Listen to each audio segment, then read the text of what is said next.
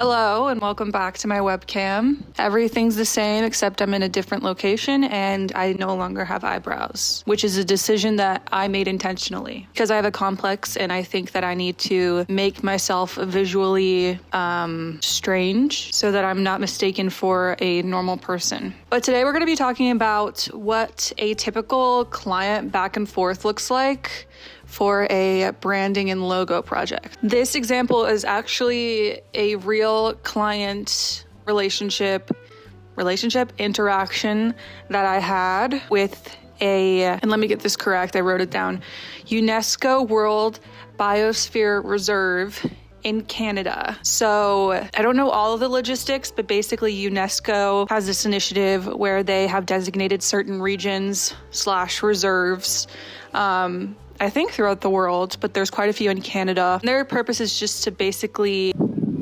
protect the biosphere in that region. And this one specifically is called Riding Mountain Biosphere Region. They actually, in their rebrand, went from reserve to region, so not that major. They're both R words. Not the R word, but they're both words that start with R. I'm first going to start off with their asks. So what they came to me looking for in new branding and a new logo.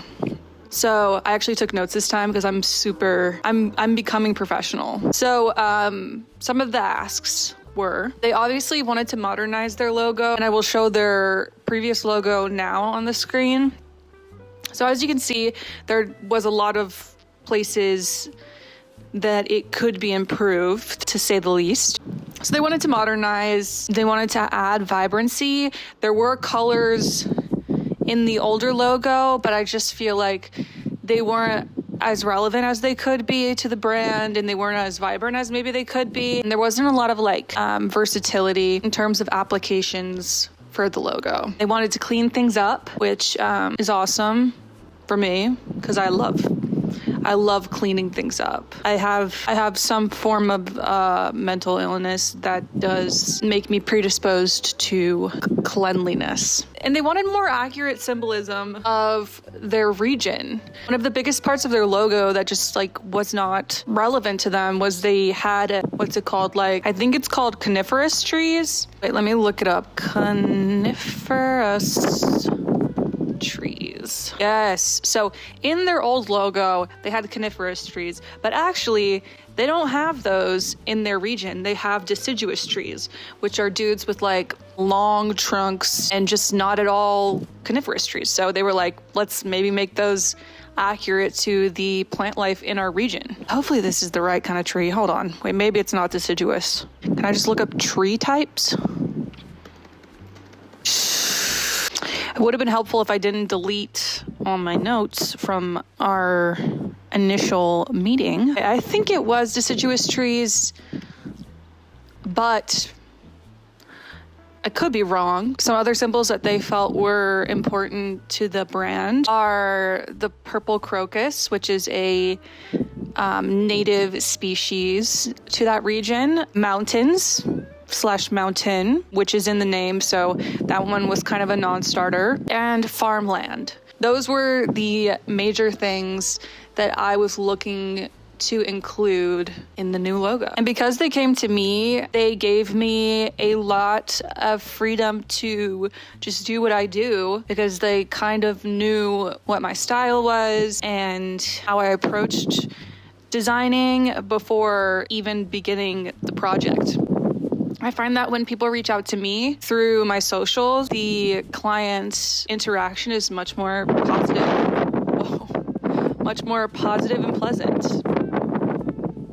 Hopefully the mic is not picking that up too crazy. So let's get into what the first round looked like. I felt this intuition to want to work within a arch shape. I just put that down, pen to paper, stylus to iPad, and I find it really freeing and easy, I guess. Sorry about the wind if that's happening. To work within a shape or a framework. And so having this shape really just worked for me and worked for this project. Of course, I wanted to incorporate all of those major symbols, and it was just a matter of putting the puzzle pieces together, sort of. I wanted an abstract style because I find that using an abstract style can give you a level of versatility in terms of what things symbolize. Also, I wanted to keep the logic consistent, and I also wanted to make use of the negative space in this logo, because when you're restricted by this form, you really have to get smart with how you're using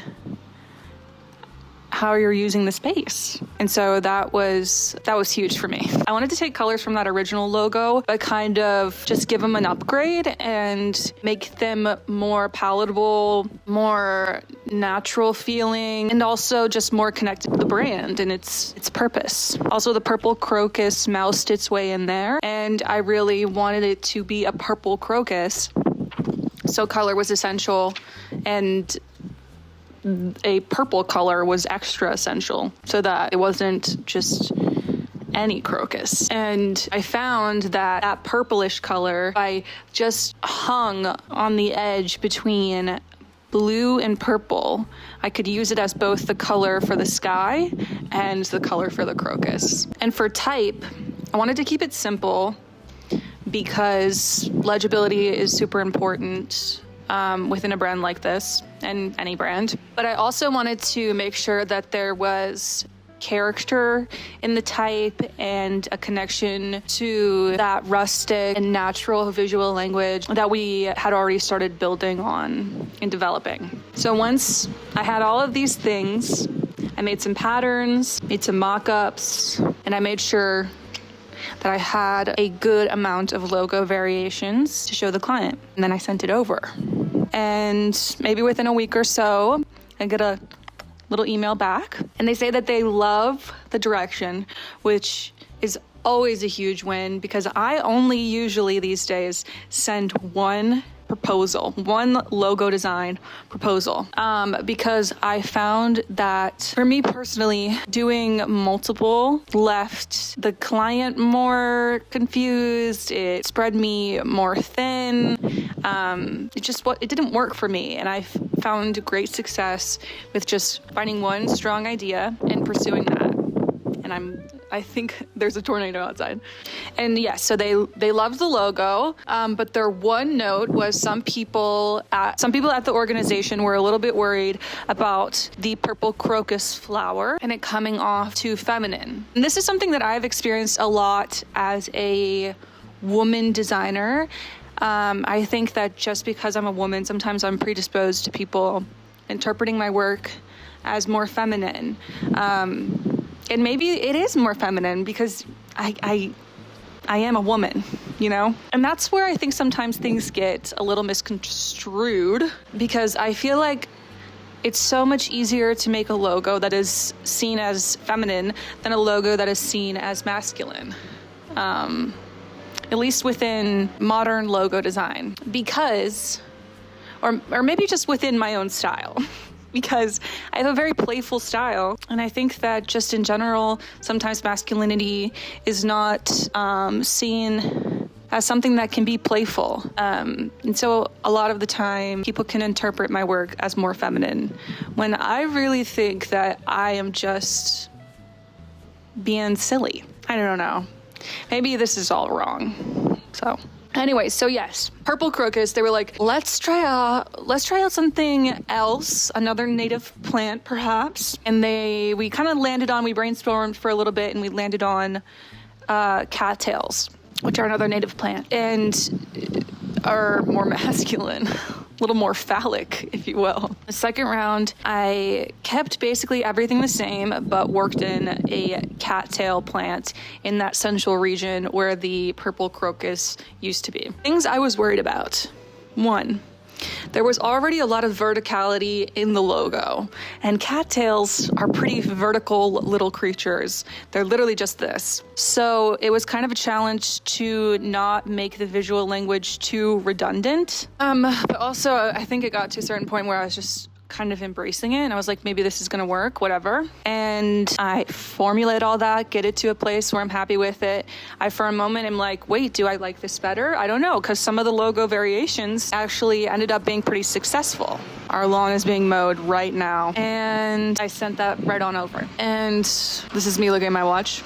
About a week later, they get back to me again. And they say, actually, let me backtrack. Right after that second round that I sent over, they requested if I could do a poll on my Instagram where I just basically showed the purple crocus variation and the cattail variation and asked my followers which they preferred. And I kind of knew going into this, like, there's a lot of gays, there's a lot of girlies on my page. So I didn't know how accurate this poll was going to be, but I was all about it, and it was actually really fun, and I think I'll do that more. And of course, the results leaned heavily towards the purple crocus. So by the third round, they said, hey, we love the purple crocus. Let's just go with it. They had a meeting with their board members, and most of them were men, and they loved the purple crocus. So it was actually, not even a worry at all. And so we locked in the purple crocus, but then they were like, hey, we're a little worried about the tree foliage and it being too abstract. Could we maybe try to make it more literal? Really hammer the idea that those are trees. And so I went back to the drawing board, and I found it a little bit difficult to do much. One, with the space that I had in that logo for that component, and two, to remain within the visual language that I had developed, but still try to make things more literal. So I did what I could and wrapped that all up in a bow, sent it back. And then, guess what? Another week later, they said, hey girl, we like the original design. And this doesn't happen often, but I kind of felt it coming. And so I was like, that's great. I'm happy that we explored these options. I'm happy that you guys are happy.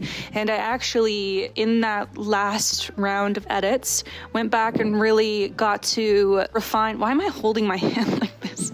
I really got to refine things in that original design based on what I had learned in the following iterations.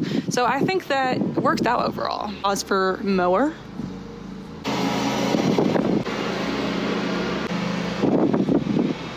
so I packaged everything up, and I guess a little BTS of how I package my files. I include, actually, let me open up the folder. So I include a folder for logos, folder for patterns, a folder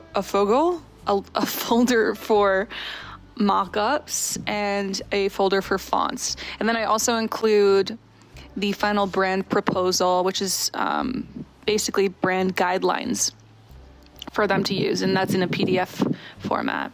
And for this specific branding project, we ended up with a badge logo, a horizontal logo, a stacked logo, and a logo mark. And I think that there are multiple badge logos within the badge logo subset as well.